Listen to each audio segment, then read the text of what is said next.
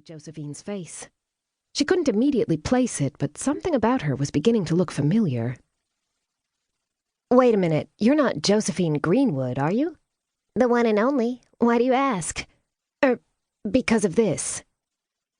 Mia fished her phone out of her back pocket and scrolled to the WhatsApp message that contained the music file her friend Pat had sent her a few weeks ago.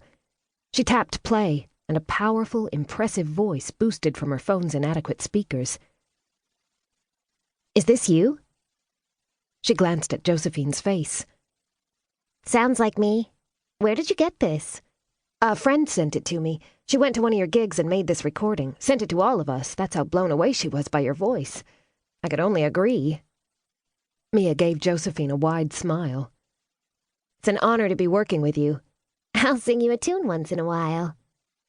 Everything about Josephine smiled.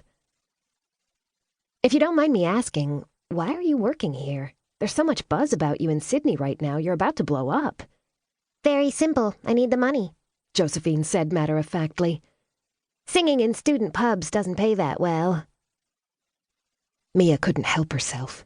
The question that worked its way from her brain to her mouth in record time was out before she could think about it.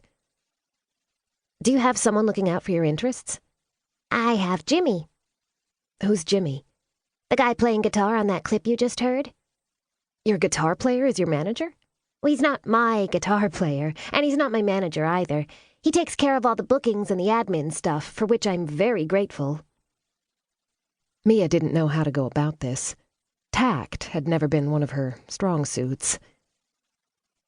"The fact that I have this clip on my phone says so much. I don't usually know about new music, let alone about local bands or singers, but I do know about you, Josephine. You're on the verge of something. Or just playing that 10-second clip gave me goosebumps." "It's still just a hobby," Josephine said. "My guess is it won't be for much longer. Your voice is too heavenly to keep it from the masses." Mia smiled at her new colleague. Josephine tilted her head and painted a soft smile on her face. "Thank you for the kind words. I approve of the buttering up to your brand new coworker strategy." "I mean every word of it." Mia was starting to love the Pink Bean and its employees more by the second. "To tell you the truth, I've had several offers for management, and I think I am a little aware of the buzz, but I have so much going on right now, I don't even know where my head is most days. I probably shouldn't say this, but my mornings here are by far the most relaxing hours of my day. I can do this on autopilot and have a chat with the regulars, but the second I walk out of that door at lunchtime, it's mayhem." She sent Mia an apologetic smile. "I think what I need most of all is a life coach, or an assistant, neither of which I have the money to pay for." "Joe," Kristen said with a raised voice from behind the counter. "Amber and Co. are arriving. I'm going to need a hand." "We'll talk more later," Mia said. "But if you ever need me to cover for you here, just ask." "Thanks, Mia." Josephine got up and reached for their empty coffee cups. Mia held up her hand. "I've got these." She gathered the cups from the table and stacked them in the dishwasher. She watched Kristen and Josephine work in perfect tandem.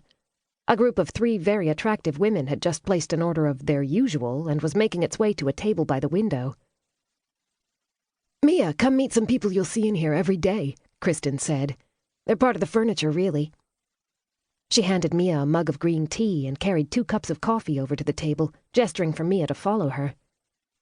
"Ladies, please meet the brand new Pink Bean manager, Mia Miller. Mia, this is Amber, who'll be having the tea." Kristen nodded at the woman with the ginger curls tied into a high ponytail. Mia set the tea down in front of her and put on her widest smile. "She runs the yoga studio down the street, along with her best friend Mickey, whose favorite drink is a cappuccino." Kristen set down the cappuccino in front of the dark-haired woman. "And a short black for Louise," Kristen said, and winked at the youngest woman of the bunch, and to Mia's tastes the most interesting looking. Dark, piercing eyes, straight black hair that fell to her shoulders, and that skin. Not quite dark and not quite pale. Christ, maybe she should take up yoga lessons.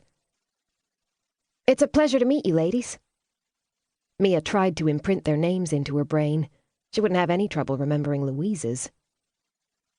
"Mickey used to work here until she decided that yoga was more her thing than coffee," Kristen said with a grin on her face.